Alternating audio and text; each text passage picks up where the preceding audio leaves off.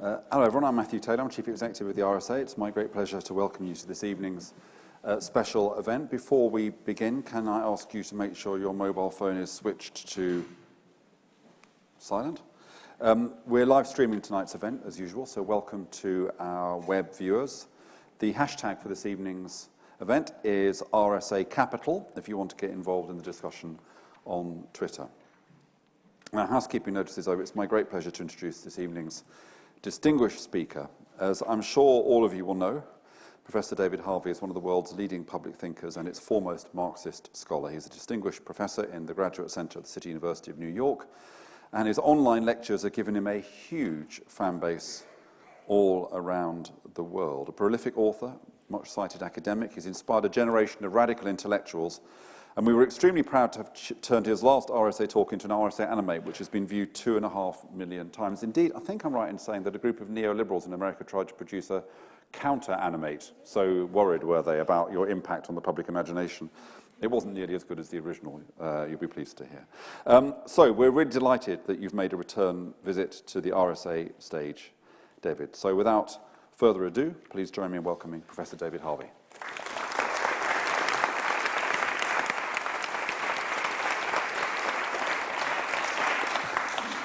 Okay, the occasion of this is the publication of the book on 17 Contradictions and the End of Capitalism. Just before I was asked how many of them I was going to talk about, I said all of them, and they said, well, that gives you about 2 minutes per contradiction, so obviously I'm not going to do that. So what I thought I would do is to just give you a little flavor of how the argument works and then go to what I think are some of the more serious issues that this mode of analysis sets up. This mode of analysis really derives from a couple of ideas from Marx, in the sense that contradictions underpin crises. So Marx made the comment that whenever you see a crisis, then it's a manifestation of the underlying contradictions. And I thought it would be a good idea to sort of try to lay out what the underlying contradictions are, in particular, given what's happened since 2007, 2008, but also looking back historically. But Marx also kind of argued, and I would agree with this, that crises are actually catalytic moments when capitalism actually changes its spots and comes out differently. So they're formative moments as well as difficult moments. Because they're difficult moments, this also means that actually these are moments of opportunity for oppositional forces to do something different. In other words, in the evolutionary trajectory of capitalism, there are turning points which are the crises, and which way you turn and how you turn and where you go to depends very much on the nature of the class forces that are around and human volition and accidents of history and all the rest of it. So I thought it was very important at this particular moment, since the crisis of 2007, 2008, in a technical sense has been over since 2009, but we know very well that it's still with us.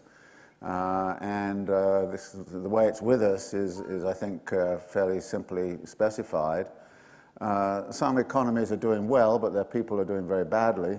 Some classes are doing very well, while the rest are doing very badly. If you look at how the top 1% has come out of the crisis, it came out of it extremely well. It's much richer, more powerful now than it was in 2007, 2008, while the mass of the population is still mired in very considerable difficulty. So in laying out these contradictions, I was mindful that I needed to connect how these contradictions work in relationship to the actual crisis we went through. And I thought it would be useful to outline the first three, which are foundational contradictions in the sense that no matter what kind of capitalism you're looking at, you'll always find these contradictions at work. Now, contradictions are tensions which can be managed in some instances or latent in other instances. But what Marx talks about is how these tensions sometimes get heightened into absolute contradictions. That is, they move from something that's there all the time but manageable to a situation which becomes unmanageable and something radical has to change. The first crisis is the one The first contradiction is that between use value and exchange value. And the example I would use here, it would be a house. A house has a use value, many different kind of uses, and we all need a shelter of some kind and accommodations, a place to live. So we can specify a whole bunch of use values about a house. Then there's the exchange value of the house. And the exchange value has actually gone through a certain evolution historically from simply a cost of production of the house, so we have to pay for the house, all the materials in it and the labor that's incorporated in it, to the idea that the house is not only an object that can be bought and sold, but it's also a form of saving. And so for many working people, the most common form of saving is to have a house which they end up owning. But in recent years, particularly since the Thatcher reforms and all the rest of it, housing has also become a vehicle of speculation. So there's a whole kind of range of exchange value activities which are actually surround the provision of this use value called housing. And you have to go through those exchange values in order to get to the control over the use values. And what we saw in 2007, 2008, of course, the exchange system went extremely wonky, to the point where in the United States, for example, somewhere between 4 and 6 million people lost their access to the use value of the home. They were foreclosed upon, and they were, in a sense, forced to go live in a motel or go live with relatives or live under a bridge or something of that kind, because the use value was, in a sense, denied to them because of the exchange value problems. Now, what this suggests is, we're in a situation of this kind, is that we should not necessarily believe straight out that the market system is always the best way to deliver use values to people. That if people need use values, then why do we have to go through the market system? There's a question here, I think, which is very, very important to ask, and I think it should be asked very clearly at this particular historical moment. There are, in fact, ways of housing provision that don't go through the exchange value system in the way that we typically do, which is through notions of home ownership, individual kind of private property, and the like. So this tension between use value and exchange value was central to what happened in the housing crisis of 2000 and 2008, which underpinned the financial crisis that then became a global crisis. So an analysis of the use value, exchange value dynamics of housing, I think, helps us understand where that crisis came from. But it's been there. Of course, the use value, exchange value dichotomy has been there all along. It was only in 2007, 2008 that it got to a point of being a massive crisis. Now, there have been historical periods when it was a massive crisis before, back in the 1920s in the United States, back in sort of the late 1980s, we had problems. Various countries have had problems with this as we go along. So this first contradiction, then, is something that can be worked upon, but it also delivers a political message. Which would you rather live in? A society which actually delivers adequate use values to everybody on a reasonably equitable basis, or a society which is actually dedicated to the idea that in order to get use values, you have to participate in an exchange value system which actually ends up benefiting some people in society extremely well. In other words, vast amounts of wealth were extracted, private wealth were extracted from the exchange value system that was providing housing up until 2007, 2008. And I would argue, well, no, we don't need the exchange value system to be that way. We can reform it, reduce its role. What we should be looking at is the provision of decent exchange use values to people. Now, the same thing, I think, applies to many other aspects of social life which have been turned into commodities. The obvious one, which has been, I think, in the news quite a lot recently, is higher education. Why do we have to go through the exchange value system in order to develop a higher educational system? In the United States, where this is most advanced, what you see, of course, is an enormous debt of a student population. And you're burdening those people with debt for life. Student debt is the one kind of debt you can't get out of when you declare bankruptcy. The only way you can get out of it is to die. And this is, I think, one of the features of which is there. But there's a role to indebtedness, which actually you can track back into the housing question as it was approached in the 1930s. In the 1930s, exchange value access to housing was limited There were all these reforms, setting up mortgage finance and all the rest of it. And one of the things that was said at the time was that debt-encumbered homeowners don't go on strike. So actually the whole kind of notion of home ownership and debt encumbrancy was seen as a measure of social control over a population to make sure that it did not get out of order. In other words, it was part of a disciplinary apparatus. The same thing has happened to education. I would argue about education too. This is something that should be, like my education, free right the way through. I got my PhD without actually having to pay anything. It was paid right the way through. And this is a kind of world which people now say, oh, it's impossible, but you say, but no, it once was possible, we can make it possible again. But exchange value will only exist adequately if there is a measure of it, and that gets you into the question of money. Now, money is very difficult because it represents something. Well, what does money actually represent? Well, it's a claim on social labor. And so there's a relationship between social labor, which is in itself a social relation and which is immaterial, and the representation of it, which is the monetary form. And there's been a long history of the money actually having a certain autonomy from that which it represents. And in any case, you only have to know a little bit about theories of representation to know that representations sometimes lie. As a geographer, I've long had to live with the fact that maps tell you a certain truth, but they also lie. And if you're very clever about maps, you can make them lie in a very sophisticated way. So the representation and the reality, there's always this kind of gap. And that's true of the relationship between value and the money form. But what's happened since 1970 is that the pinning down of the money has become, as it were, a central feature of public policy because we demetallitized, we got rid of the metal base. We got rid of the gold and silver as the base in the 1970s.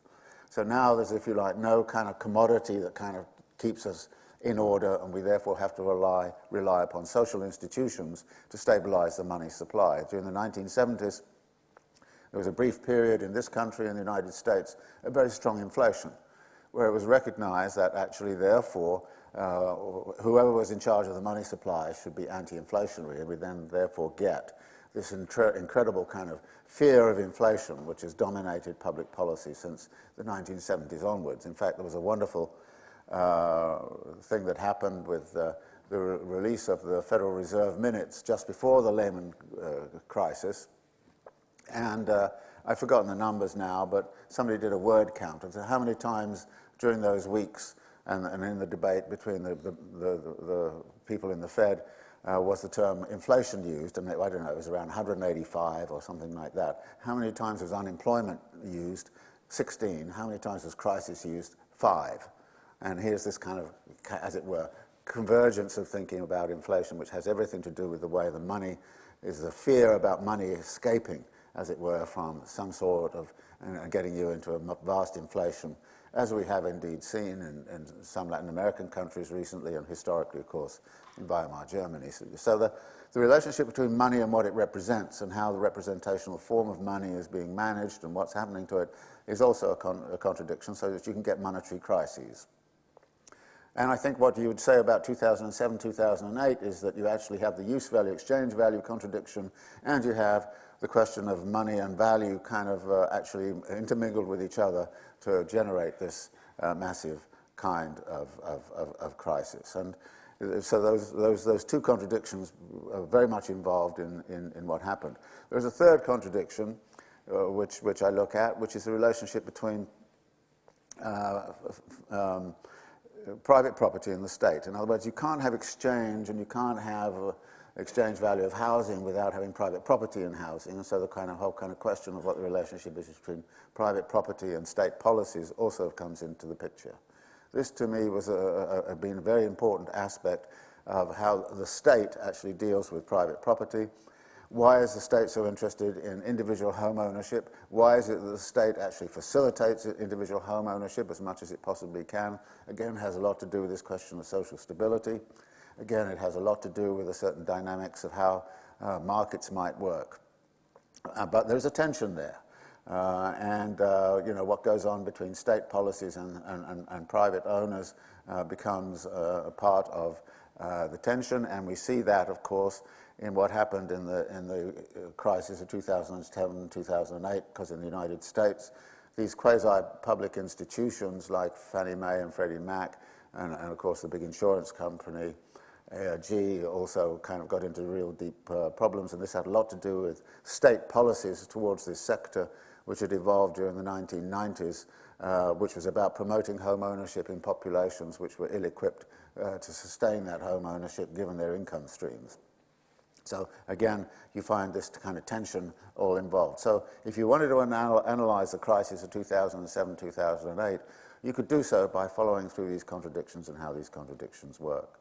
So that is, if you like, the flavor of the analysis, and I go through many others, like technological change, the difficulties of keeping supply and demand in balance, all those kinds of things. So I go through a whole bunch of other contradictions. But I arrive at the end at a couple of three contradictions which I think are extremely dangerous, and I want to spend the rest of the time just talking very briefly about what they are. The first contradiction, which is, I think, an acute element in our current situation, is the difficulty of keeping compounding growth going. Now, compound growth is something that very few people understand for reasons I can't understand either. But the reasons with the compound growth, you grow like this. You go very slowly, sort of developing, and then you start to edge upwards, and then it goes like this. So compounding growth is a logistical curve, an exponential growth. And exponential growth is problematic in the sense that you really don't notice it for a very long time, and then you start to notice it, and then before you know what's happened, it's gone whoosh and got you into all kinds of difficulties. I think in many ways what we've seen in the history of capitalism is economic growth at the rate of about 3% compound rate of growth per annum, a little less than that, in fact. And that has been going on since about 1800, 1820 or whatever. Now, 3% compound growth when capital was sort of located in a few cities in Britain and maybe a few in the continent and North America, 3% compound growth into the future, no problem really. You've got plenty of place to expand. There are plenty of other sectors that haven't been involved yet. By the time you get to the end of the 19th century, still plenty of places to go. By the time you get to 1970, however, you begin to look at the world and where are you going to go? Well, of course, there's China, which suddenly gets brought into the whole thing. India, South Asia, suddenly brought into the whole thing. The Soviet Empire collapses, so Russia is brought into the whole thing. So now, growth has become global, and it's become far, far, far bigger and deeper and much greater scale than anything we've ever imagined before. And we're now looking going forward at the question of how you're going to maintain 3% compound growth on all of that. Everything that's going on in China, everything that's going on in North America, going on here, how are we going to do it? Look at what our cities looked like in 1970 and look what they look now, and what you'll say is, well, 3% compound growth has done a radical transformation of the landscape of planet Earth. 3% compound growth going forward for the next 50 years, what is it going to look like? What is it going to look like? And this then turns into, it seems to me, a real serious barrier that capital faces of finding profitable outlets for all of that 3% compound growth. Where's it going to go? What's it going to do? And I think some of the signs of what it might do are already with us in terms of what's happened over the last 30 years. Increasingly, capital over the last 30 years has been interested in investing in asset values, not in production. And to the degree it invests in asset values, it creates bubbles, asset bubbles. And we've seen many of those over the last, sort of popping bubbles all over the place over the last 20 years. And it's not only asset bubbles, we also see sort of regional bubbles. Capital flows into Southeast Asia, crazy kind of way, and then 1997, 98, it all blew up. It flows into Latin America, well, and then there's a crisis in Latin America.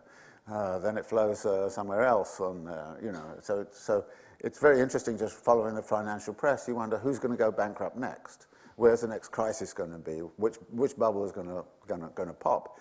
And you get a bubble and it pops, and everybody says, well, that's over. But right now, for instance, the property market, there's a lot of money is flowing back into property markets, doing so worldwide. Here in London, for example, you have a tremendous amount of speculative activity in property. Same is true in New York and in Sao Paulo and Santiago and Hong Kong. China has a huge asset bubble in property market. And in fact, the Chinese, in many ways, are doing exactly what the United States did in 2000, because they're trying to expand the economy by debt financing. They're not into the austerity stuff that we're into here. So they're trying to expand at a very, very, very fast rate. But part of the expansion is this asset bubble, has this asset bubble character to it. So if that is the case, then going forward, what are we going to do? We're going to have more and more asset bubbles. But what good does asset bubbles do the mass of the population? The answer is it doesn't do anything very much at all. In fact, it creates all kinds of profound difficulties, particularly since it's associated with increasing inequality. Because one of the things that happens if you start to actually go into asset bubbles, you start to live off capital gains, not off incomes, and incomes connected to productive activity. And to the degree that you live off capital gains, and capital gains are not taxed very much, then the wealth get extremely wealthy. Most of the extremely wealthy people get all their money from capital gains. And they're working off asset bubbles, and so we have asset bubbles going on in the financial world, in the property world, and everywhere else, which means that control over assets then becomes, as it were, one of the big, big, big questions. And one of these assets, which is crucial right now, is, of course, intellectual property rights.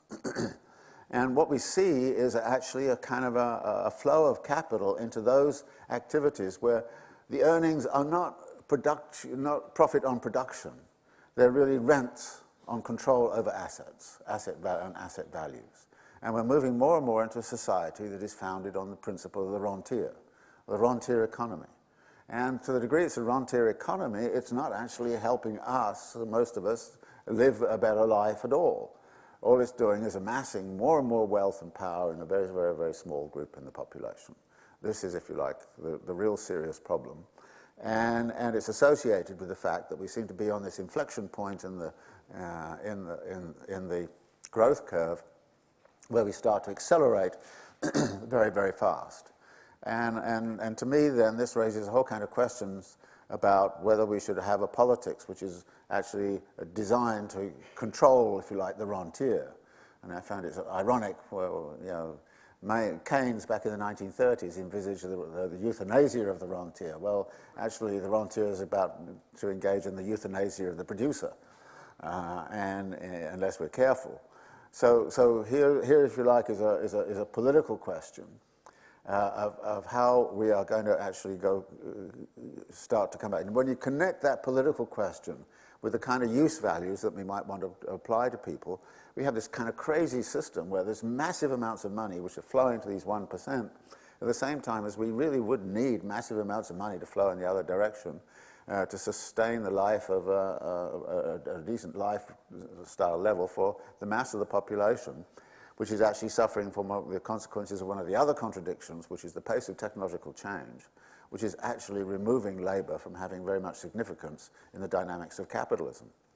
When we get to a point where actually labor is less and less relevant, we will then find this again generates this inequality between capital and labor, in which labor is much weakened and has very little political capacity for resistance against capital, and capital can then suck out all that it really wants.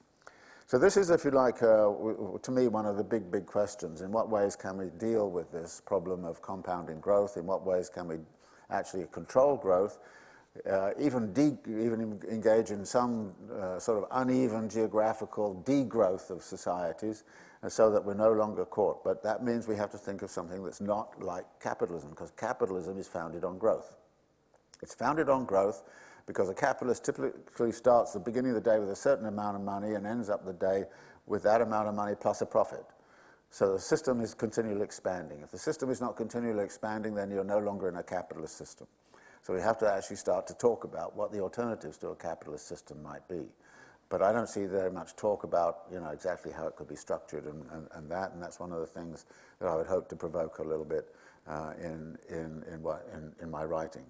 There is one final point, however, which is connected with this, which is the last contradiction I look at is something called universal alienation. What we see is a disconnect between the way most people are thinking and the political process. We see a disconnect between people's sense of identity and the kind of jobs they do. There's a survey in the United States recently which showed that 70% of the population of the United States either hates their job or is totally indifferent to its qualities. And that is not uncommon at all. And so there's widespread alienation in the world of production, in part because the path of technological change has been to remove labour from having a creative and direct involvement in the labour process, and to locate intelligence inside of the machine. And so we have not only automation, but we've also got artificial intelligence, which is changing things very, very, very fast. So in that light, we have to start to recognize alienation. Now, one of the deals which was cut in a way was to say to workers, all right, you may have a meaningless job, but you're going to have a good time because we're going to provide you all these consumer goods. Sort of compensatory consumption, as it were.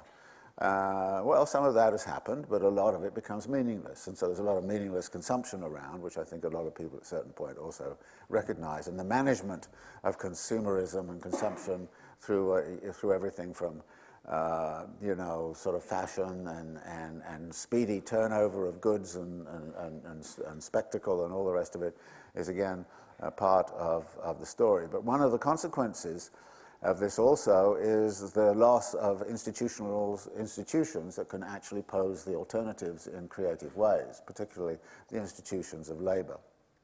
Out of this there comes what I think is, for me, a critical kind of question. It's pretty clear from, I think, what's happened that there's widespread disillusionment with the political system. There's widespread disillusionment with what the politicians can do or say. There's widespread disillusionment with the role of money, power in society, so there's just widespread alienation. And widespread alienation is producing, every now and again, these eruptions and outbursts of street anger. We've seen Brazilian cities erupt this last year. We saw Gezi Park and Taksim Square in Istanbul. We've seen, of course, much of what's still going on in Cairo. There was eruptions in Sweden. And before that, of course, we had the events in London. And so you see again and again and again eruptions of various kinds of people on the street kind of just expressing intense anger with the nature of the system. Which means that, in effect, we can only face up to this particular dilemma of what to do about compound growth and how to deal with the contradictions of capitalism by some new thinking and to devise new ways of doing politics. Now, there are lineaments of that already around. It's the kind of thing that was pioneered a little bit in Occupy and various other things. So there are a lot of hints of what that might be. But has yet to coalesce, I think, into something that might be able to take on the kind of question of what would an anti-capitalist struggle look like, would a non-capitalist society look like, how would a non-capitalist economy work, and at the same time, how to overcome and deal with the contradictions in such a way that we lean to one side of the contradiction rather than other. That is, we prefer use values to exchange values.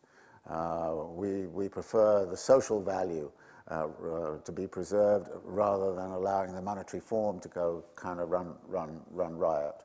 We submerge, if you like, the contradiction between private property and the state by talking about associated forms of political action, a creation of commons and things of that sort, which have a different, again, an alternative way of doing politics. So not only do you get out of this analysis, I think, a good way of understanding where crises come from, of understanding how capital uses them, sometimes creatively and sometimes well, to redefine itself, how it provides opportunities for alternatives to be debated and discussed, but it also gives, if you like, a frame for what an anti-capitalist struggle might look like, and that's what I try to define at the very end in a number of simple manifesto points at the end. So that's my story. I'll leave it there. Thanks very much.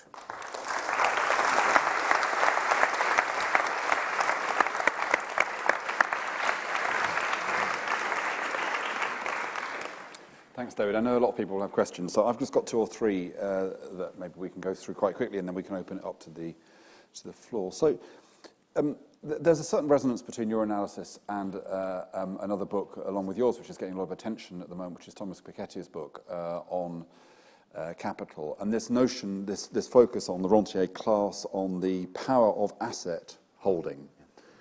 What does that mean for where, as it were, the class forces lie? I mean, in a sense, if the problem lies with the 1%, then is it the 99% versus the 1%? Is that what's going on?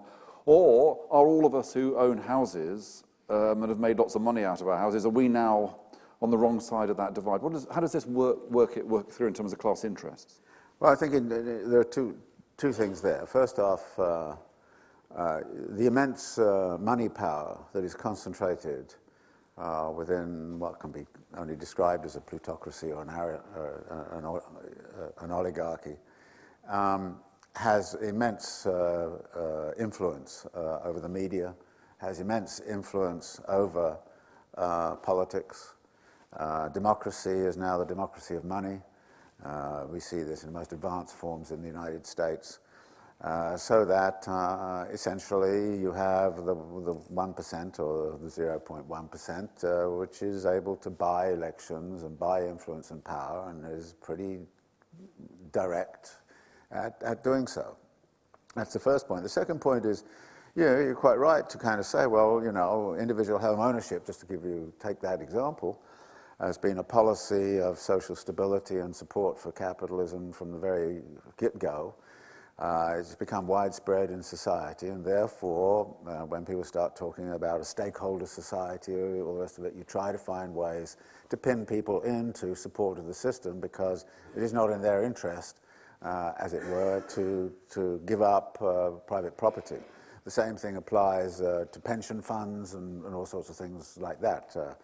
I have this ambivalent feeling. I'm anti-capitalist, and I'm very glad to see when it gets into trouble. But then I go look at my pension fund, and I go, "Oh my God, this is terrible." So yeah, we all of us, I think, have that ambivalence. But the thing that's a bit beyond that is the educational structure. I mean, education, universities and all the rest of it have become so conventionally neoliberal in the way they set up, and that also connects very much to this business of having to pay for your education. You pay for your education, what do you want? You want a good job at the end of the day. If you want a good job at the end of the day, you're not a troublemaker. You do the conventional things, and so actually there's been a tremendous way in which capital has built into society a whole set of supports for itself at the ideological level and the practical level. But at the same time, how many people are around sort of talking the way I talk, for example? Well, there aren't that many, actually. And this is one of the big problems. And I may be crazy. I'm sometimes told I'm crazy. But actually, the thing that strikes me is when I went through this is a lot of the things that come out of this analysis are just straight common sense and obvious. And yet people can't get round to it because of this kind of incredible ideological baggage which has been foisted and continues to be sort of pummeled onto us through the mainstream media, which is, as I said, financially controlled. Can I just push this one a little bit further? Because in the early chapters of the book, you make the point that you don't think that the traditional view of the alliance of class forces being around work is any longer adequate. You explicitly say that. So that an old notion that people might have of a kind of Marxist idea that there's the people who own the capitalist class, and then there's the wage labour class, and even if you are middle class, if you're in the end paid a wage, you don't own the means of production, then you are in that's the kind of class that you're. But then you say, no, but housing is now a much more important thing. So this is what intrigues me, is that if you are, for example, a wage labourer in a company, but you own a house which is, you've owned your house and you've got £300,000, £500,000 in your house, where do you now figure? Whose side are you on? Well, I'm on the side of the revolution, but how's that shifted? I mean, that's one. Who is the capitalist class now? Well, well, it's not only that, but who is the working class? I mean, there's far too much Marxist simplicity, oversimplification of these kinds of questions, and I'm not in favor of the idea that there's a proletariat there, which is the vanguard, and so on. And it's particularly associated with factory labor. I've been long taken the positionality that everybody who produces and reproduces urban life is part of some sort of proletariat, and they have a right to that which they have helped produce, i.e. a right to the city. So when I talk about the right to the city, for example, I'm talking about the right of people to have a decent life and a decent living environment in urban situations, where we know that people are increasingly being forced out, dispossessed, marginalized, and all the rest of it, in order to make way to build high-end condominiums in New York, for example, most of which stand empty. I mean, it's very interesting to be there at night and look at one of those big condo buildings and see how many lights are on, and there's hardly any of them on. So why? You know, we have enough empty houses in apartments in New York. So whose side am I on? Well, I'm not on side of the speculators and the like. And there's a good deal of fluidity in who the capitalist class is. And of course, the role of the financier has become much more emphatic. The role of merchant capital. I mean, the richest people in the United States now are, you know, people who set up McDonald's and Walmart. It used to be the people who ran General Motors and Ford and so on. So there's been a big shift in the location of the capitalist class, and you see more and more of them, of course, in the media and you know, Google and Facebook and all the rest of it. And essentially they're rentiers. I mean, how did Mark Zuckerberg become a billionaire? It's because loads and loads of people got on Facebook and actually created an information stream that he could then rent out. So we created the value. I mean, this is very interesting. We created the value, and he appropriated it as rent. And so he's a billionaire on the basis of our labor. And it was our labor that did it. If nobody ever went on Facebook, he wouldn't have any money, you know, he wouldn't have anything. But he's got what he's got because we are there supporting it and doing the labor. So, you know, so it is a much more complicated situation right now. Can I turn, just before I do open up, can you just turn from the first part of the book to the last part, and ask another kind of classic question that Marxists get asked, which is, you talk about alternatives, and you talk about a system which is irrational, which is based on need, which is planned. But in many ways, as much as there is a crisis of capitalism, contradictions of capitalism, there's also contradiction of large bureaucracies, of the state, and a massive loss of confidence in the capacity of large institutions, that large institutions can't cope with the pace of change in the modern world, that change happens more quickly outside these institutions than can happen within it. So the feasibility, therefore, of this kind of benign democratic authority organizing things on a more rational basis, notwithstanding the historical record there, which isn't particularly good, the credibility of this prescription becomes ever more problematic. Well, I'm not in favor of, quote, the state full stop. I think there's no way you could have a society in the future which didn't have something that looked like a state and acted like a state and there are lots of questions to be posed about it. But obviously, there are some aspects of the state that work reasonably well. I mean, last time I looked, the sewage system continued to work.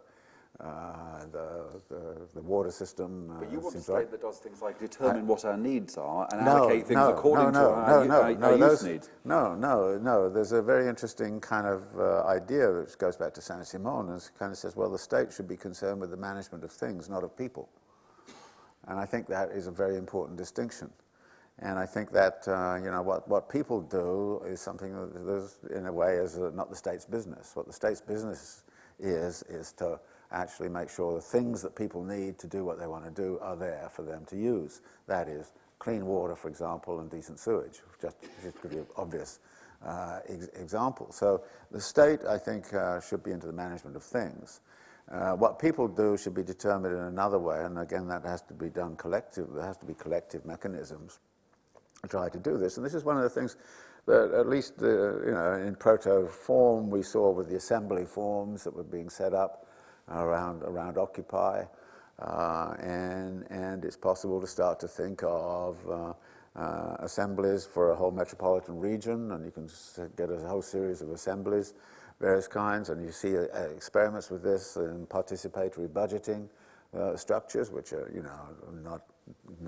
nothing really profound about that, but you can see new ways of doing politics and new ways in which people can express themselves.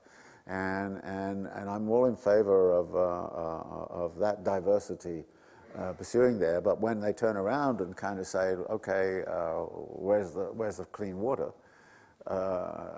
That's another question. So I think the social order should be able to work out what things the state should be primarily concerned with, and what things people can do. Okay. Let's open it up to questions from the floor, and we'll start with the gentleman here in the front row.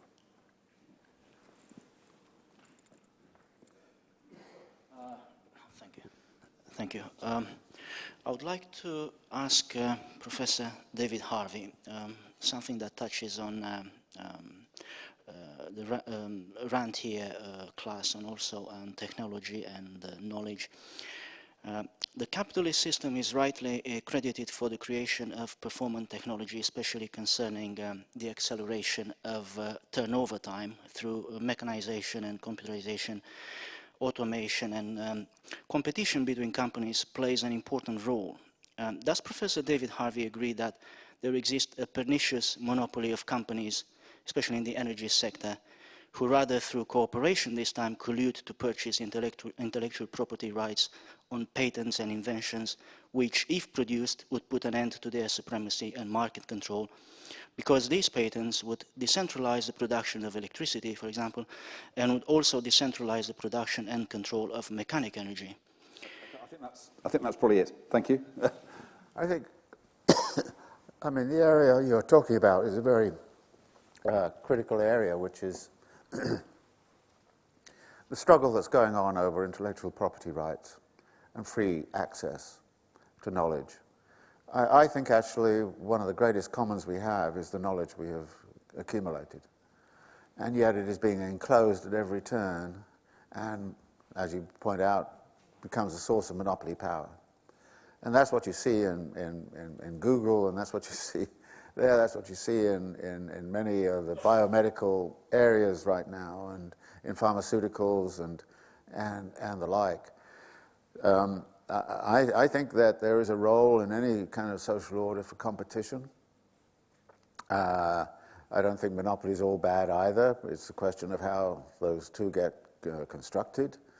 There are some situations where, frankly, I think in this country, just bringing back a sort of state monopoly of the rail system or something like that would make a lot of sense. But I think this area, again, I talked about a new way of doing politics. There are new areas of struggle, which are not those which of the sort that typically kind of working class institutions and organizations were very adept at struggling over, just to go back to what you were talking about. And at the same time, there is a class of people who are struggling for free access, open commons, and that puts together all kinds of people from different social classes and different. I mean, there is a different configuration of people who recognize the need to talk through alternatives, and you will certainly find many of those in this whole kind of question of the knowledge economy and the struggles over intellectual property and the like. I bring another question. That just takes me very briefly to this question of kind of reformism versus revolutionary, because these are those goals, the goals to free up intellectual property. So these are reformist goals. These are people who believe you can achieve this within a capitalist system. But yet you are still a revolutionary. So ultimately, your view would be that the progress that can be made on those within a capitalist system are limited? Well, revolution is a process, not an event. There's a lot of things which are what we call revolutionary reforms. That is, reforms which are precursors to a more radical future. I think that if the knowledge commons was open to everybody, if the access to education and higher education was open to everybody on an equal kind of basis, instead of being structured as it is within the United States, in particular through private schools and private education, to a very tight kind of replication of a class system. If it's like that, I'd say, okay, we've got to change all of that in order to start to really be able to think through. I mean, I'm all in favor of a lot of reforms, provided the reforms provide the basis for the construction of some alternative. Great. Let's take the gentleman there with the tie. Are you conscious at all of the powerful people who fund your university or have political influence over it? Are you conscious of them putting any pressure on you to change your mind? I don't have any pressure in the university I'm currently in at all. Good. We'll have a lady down here. And I'm very lucky. Besides, I'm half retired and don't care. Perhaps going on from that, David, with regard to the ideological changes that have taken place in higher education in the UK particularly, why and how do you think it is that it's been comparatively easy for neoliberalism to take hold in British and particularly English universities? I don't know. I wish you would ask. I wish you would answer that. The Thatcherite reforms that came in and then got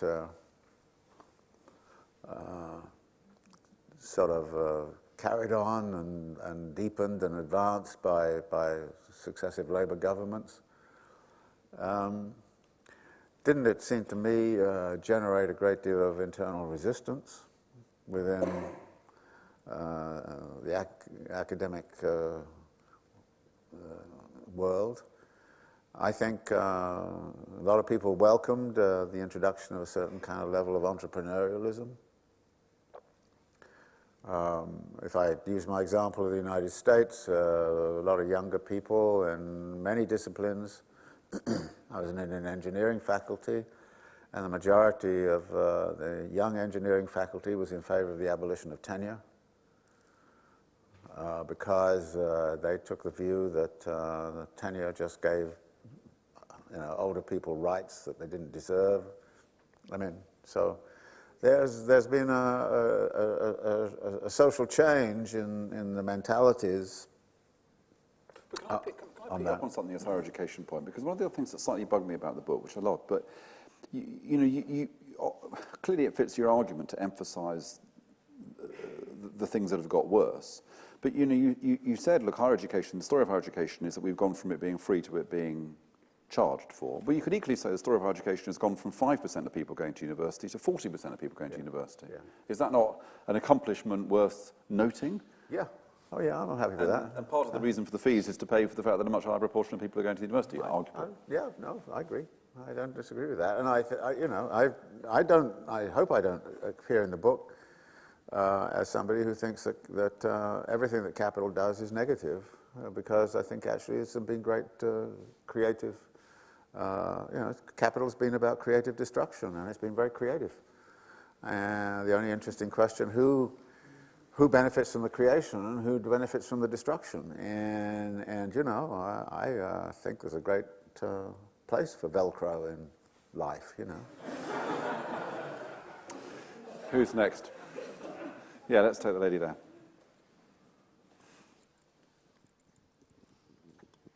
Hi, I'm curious to your commentary on technological change and its relation to basic income theory. Do you think that with enough technological change we'll get to a point where the universal alienation of people is negated by just jobs that are taken away by machinery, and that would lead to a positive outcome as opposed to just a negative outcome? Yeah, the technological dynamism is a hugely important question. I didn't have time to go into it. There's a longish chapter in here on it. Clearly, technology has become a business. Technology has been evolving very, very, very fast, and it has capacities and powers that are pretty inconceivable to people like me. And yet they are there. In the same way that a large number of manufacturing jobs were lost over the last 30 years to automation and robotization and all the rest of it. So we are beginning to see a large loss of jobs in the service sector. Labor is becoming increasingly redundant in many fields, which poses all kinds of problems for everything from Marxist value theory to what the nature of the market is going to be when there are so many people who are either unemployed or on very low-paying jobs. Can that be addressed by, having a basic income structure or targeted redistributions or something of that kind? Well, yes, it might be in some way. I think, again, the left should embrace these technological possibilities. And one of the things I feared is that in the same way that the left fought against deindustrialization in the 1970s and 1980s, and it was a losing battle, largely because of technological change, not because of offshoring. About 60% of the job losses in those years was technological, not offshoring. And I think we're seeing the same thing likely to happen in services, and if the left battles against the loss of service jobs, I think it'd be a losing battle. We should say, all right, we are in a situation right now where mechanization and manufacturing and robotization and automation and artificial intelligence in service jobs is really radically transforming job structures to the point where actually there won't be jobs around of any decent sort for the future. And if that's the case, then we should be thinking about how to restructure social life around that, so that the kind of alienations that are likely to occur can be countered and compensated for, not by mindless consumerism, but by some other kind of social structure in which targeted redistributions may actually have some very specific role to play. But how we're going to handle that, again, is something that needs to be thoroughly thought about and debated, and it's not a simple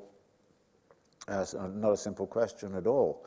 I'm kind of, except that I am convinced that we have to embrace these technological capacities and powers, and we have to use them creatively and in a much more egalitarian and I think much more use-value oriented configuration. And if we can do that, then I think we'll be, on the way to creating an alternative to the kind of capitalist society in which we currently live. So you don't use the phrase in the book "false consciousness," but you have a chapter which could be called "false consciousness." Well, part of your chapter about alienation could be seen to be that you're quite stern about consumerism, but yet. There are actually more people in paid employment in Britain than ever in British history. There are more people in paid employment in the world than in history. So you can conceive of the possibility that more and more of us are employed doing more and more things. But an example would be, that John Kay gives, is about men's hairdressing. It used to be there were a lot fewer barbers because men would go and have a haircut. It would cost 10 bob or something, and some bloke would do it in 5 minutes. Now men go to the hairdressers and they pay more money and they enjoy it and all that kind of stuff.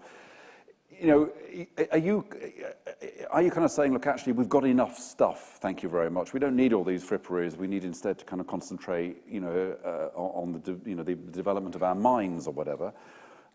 Because you are quite stern about this stuff. Yeah, well, I think we should be quite stern about it. A lot of it, I mean, there were some figures I read, and I don't know how true they were, but after the Christmas shopping spree in the United States, about 1/3 of the things that are bought are never used, and they're thrown away directly.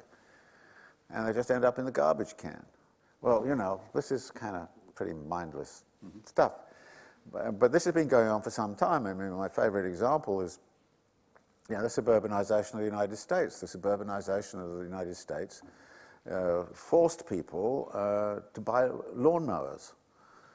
And now, you can either say that there's been a demand and secret lust for lawnmowers, but so on every Sunday morning you go out and you see everybody with their individual lawnmower go around an American suburb going brrrr. Well, this is stupid kind of stuff. I mean, and you then kind of say, well, there are issues about lifestyle here. Of what are real needs and what are mandated by certain kind of structures which force people into certain kinds of consumerisms. And so I think that I'm not against consumption. I mean, I enjoy certain kinds of consumption, and I'm not against other people enjoying certain kinds of consumption. But there's a lot that we're forced to do that has nothing whatsoever to do with wants, needs, and desires. It's just that this is the way that in order to live, I have to behave. So you've had a Marxist critique of lawnmowers tonight. That's something which you can take home with you. I'm going to take 2 or 3 final ones, and then we'll have to finish. So I'll take the lady there.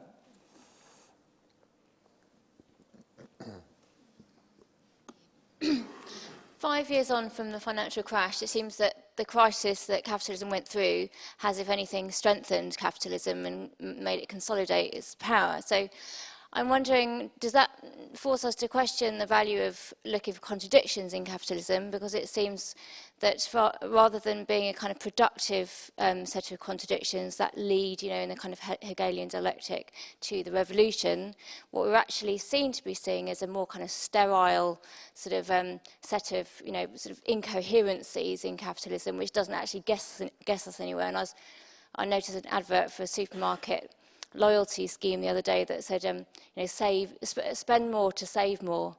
As though we're living with this kind of incoherence, a set of double binds all the time, and do they actually get us anywhere productive? Okay, hold on to that one. We'll take the gentleman there in the blue shirt.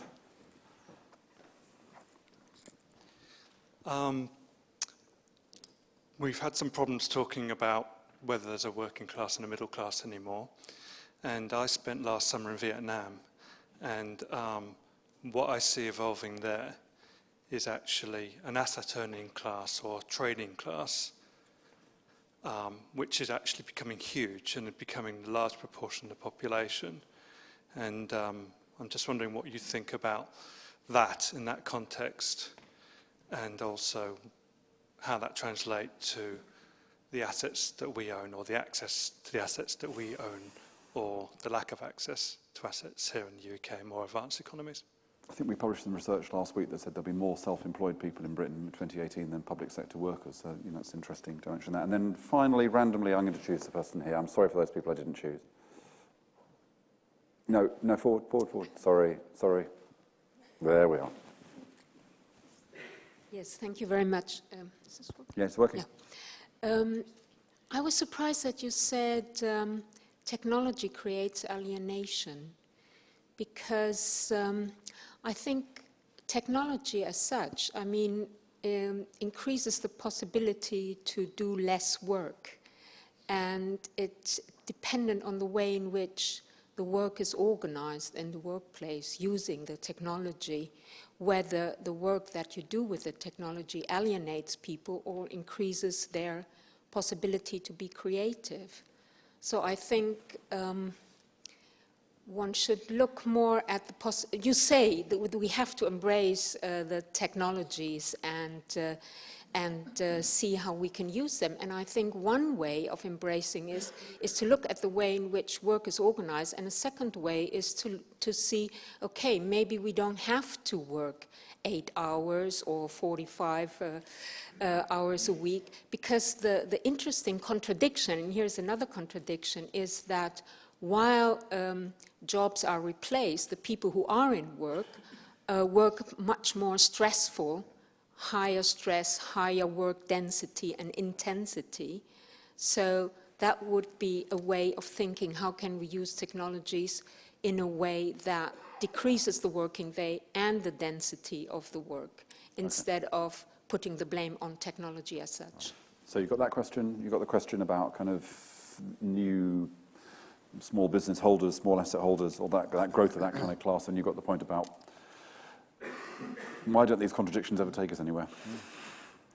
Well, let me start with why they don't take us anywhere. At any historical moment, there's likely to be a particular configuration of possibilities. And I think it is notable that the crisis of 2007-2008 did not actually produce a mass response when you would have thought it might. There were some surveys done of people who'd lost their houses in the United States, and I've been very surprised that there hadn't been some mass movement against the foreclosures. I mean, there are partial movements, but no mass movement. And part of the reason was when you ask people why they lost their houses, they all blame themselves. And I think this is the neoliberal ethic and the success of the implantation in people's heads of a kind of neoliberal way of thinking to say, well, if I lost my house, I must have done something wrong. And actually, I've been trying to think about why it is that it's so difficult in times like this to create political movements with some sort of long-term political perspective. And again, a lot of it has to do with the form that alienation is taking. It's a rather passive kind of alienation, given to occasional outbursts of anger, in which people feel just victimized, but also feel powerless. And if you want to get anything done, then you really have to make a tremendous lot of noise about your victimization. And that doesn't seem to me good politics. I mean, we've seen some specific examples of that in the United States, and I could tell you about them. So I think there are some good reasons why this crisis has not led to a movement on the left which is coherent and cohesive. What is bothersome, of course, is the movement on the right, which is picking up on the alienation and which is really absolutely kind of running with it and getting some traction. And again, this would mean that we would have to ask some questions as to why that is the case, and of course it has a lot to do with the anti-immigrant kind of thing, that all of our problems are due to immigrants, and everything would be okay if we just didn't have, all of these people coming into the country and doing all the jobs we don't like. So I think there's an analysis that needs to be done around that question. I don't have a Hegelian view of the movement of history at all, and I don't care for mechanical breakdown stories about capital accumulation. Crises are moments of difficulty and of opportunity for all sorts of class forces to do different things. And it so happens that the class force that has most benefited from this particular crisis is the top 1%. No question about it. And it has done so by, and I think again we could do a better analysis than we've done, by a set of stratagems in relationship to the way political power is organized and orchestrated. The Vietnam question is, for me, again, when you look at the uneven geographical development that exists in the world, you'll find all kinds of parts of the world that are going in different directions.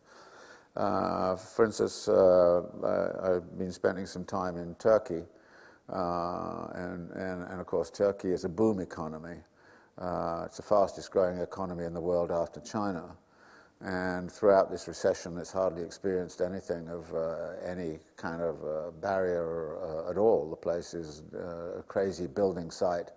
But at the same time, of course, there are lots of social stresses, and as we've seen, there are eruptions against it. So in each specific place, and I'm not familiar with Vietnam, what you'll find is a specific configuration, and so things look different there than somewhere else. And I think that the uneven geographical development is, of course, one of the ways in which capital successfully replicates itself, because it finds a successful way of doing something over here and then says, well, if everybody was like that, then you would be okay. I mean, in the 1980s, if we were sitting in this room, people would be saying, well, if we all were like West Germany or Japan, we'd be okay.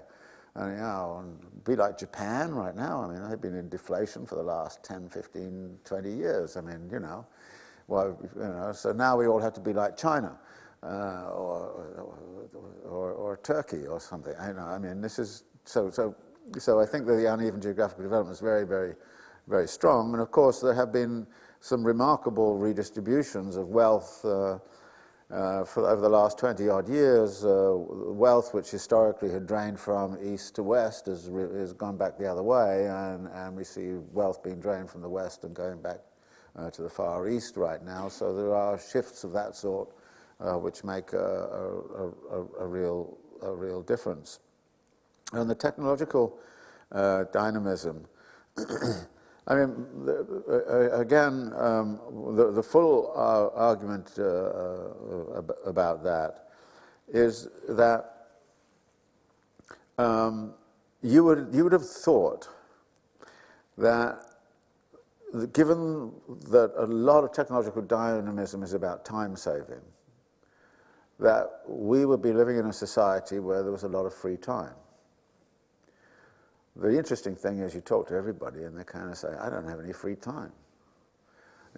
Capital has become very sophisticated about absorbing people's free time because it doesn't want you to have free time because you might think.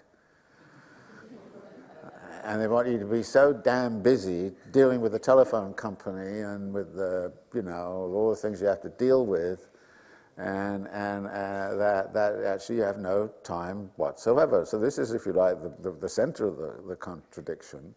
You would have thought, given the technological capacities, that we could be on a 3-day week or something like that right now. But that's not the way, that's not in the program, I mean, for all kinds of political and other reasons. At the same time, of course, we find a lot of people who are unemployed and supposedly have a lot of time on their hands. Well, some unemployed people do, but my experience working a little bit with unemployed or underemployed people in Baltimore back in the 1990s was they didn't have any free time at all. I mean, it's real busy work being unemployed.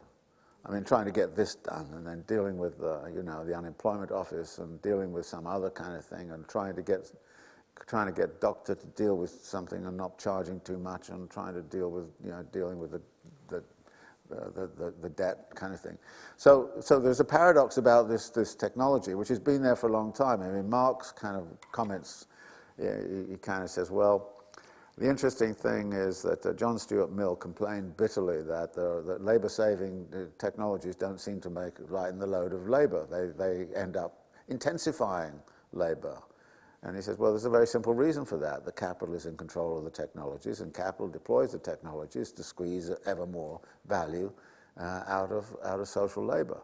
And that all the time you have that power relation, that is the way in which technologies are fundamentally going to be used. And so you're right to kind of say, well, if we could start to use this stuff collectively, and you do see this happening in small computer companies with collective kind of management structures and so on, and cooperatives and so on. We will see this happening in small pieces, but by and large, that's not the story that's happening. The story you would like to see is something that could be accomplished, but that is precisely what's going to take, if you like, a revolutionary movement and a transformative movement over many, many years to try to restructure the way in which employment is organized. Which is a very good moment to finish our conversation. David's book is available here. It's a fantastic read. I did 2 contradictions a day over the last week, kept me on my toes. He will sign it, as long as in signing it he doesn't change its use value to an exchange value. I'm sure that's, you wouldn't approve of people selling it on eBay as a consequence of that. Thank you all for the questions. Sorry for those of you I didn't get to call. But most of all, could you join me in thanking David Harvey?